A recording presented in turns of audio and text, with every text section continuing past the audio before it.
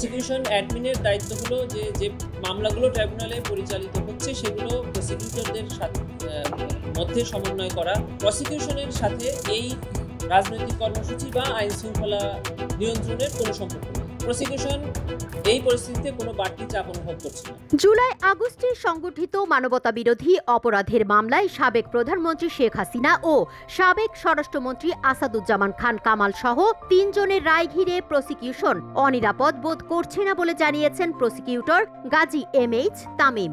9 November দুপুরে আন্তর্জাতিক অপরাধ ট্রাইব্যুনালে সাংবাদিকদের এক প্রশ্নের জবাবে তিনি কথা বলেন।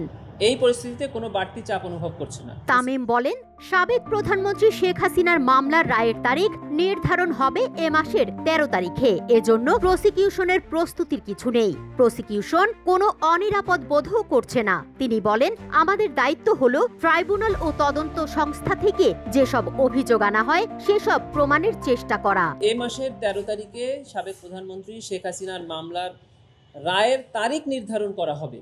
কবে তারিখ নির্ধারণ করা হবে এটা আমরা 13 তারিখে জানতে পারবো। 13 তারিখে কোনো রায় ঘোষণা হবে না।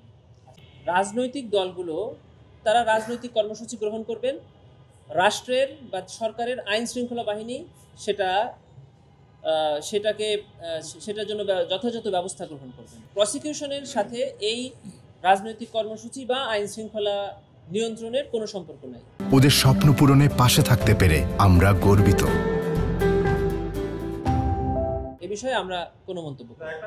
প্রসিকিউশন এই পরিস্থিতিতে কোনো বাড়তি চাপ অনুভব করছে না। প্রসিকিউশন শুধু তাদের মামলা প্রমাণের জন্য আইনের মধ্যে থেকে সর্বোচ্চ চেষ্টা চালিয়ে যাচ্ছে। প্রসিকিউশন অ্যাডমিনের দায়িত্ব হলো যে মামলাগুলো ট্রাইব্যুনালে পরিচালিত হচ্ছে সেগুলো প্রসিকিউটরদের মধ্যে সমন্বয় করা, ট্রাইব্যুনালের ঠিকমতো ফাইলিং করা পিটিশনসগুলো বা অন্যান্য বিষয়ে। নিরাপত্তাটা অ্যাবসলিউটলি আইন শৃঙ্খলা বাহিনীর দায়িত্ব এবং এখানে আইন শৃঙ্খলা বাহিনীর বেশ কয়েকটি সংস্থা কাজ করছেন, তারা এই বিষয়ে যথার্থ ব্যবস্থা নেবেন আমরা আশা করছি। উল্লেখ্য, গত 23 অক্টোবর শেখ হাসিনার এ মামলার বিচার কাজ সম্পন্ন হয় এবং যুক্তিতর্ক শেষ হলে রায়ের দিন ধার্যের জন্য 13 নভেম্বর ঠিক করেন ট্রাইব্যুনাল 1-এর চেয়ারম্যান বিচারপতি মোহাম্মদ গোলাম মর্তুজা মজুমদারের নেতৃত্বাধীন 3 সদস্যের বিচারিক প্যানেল।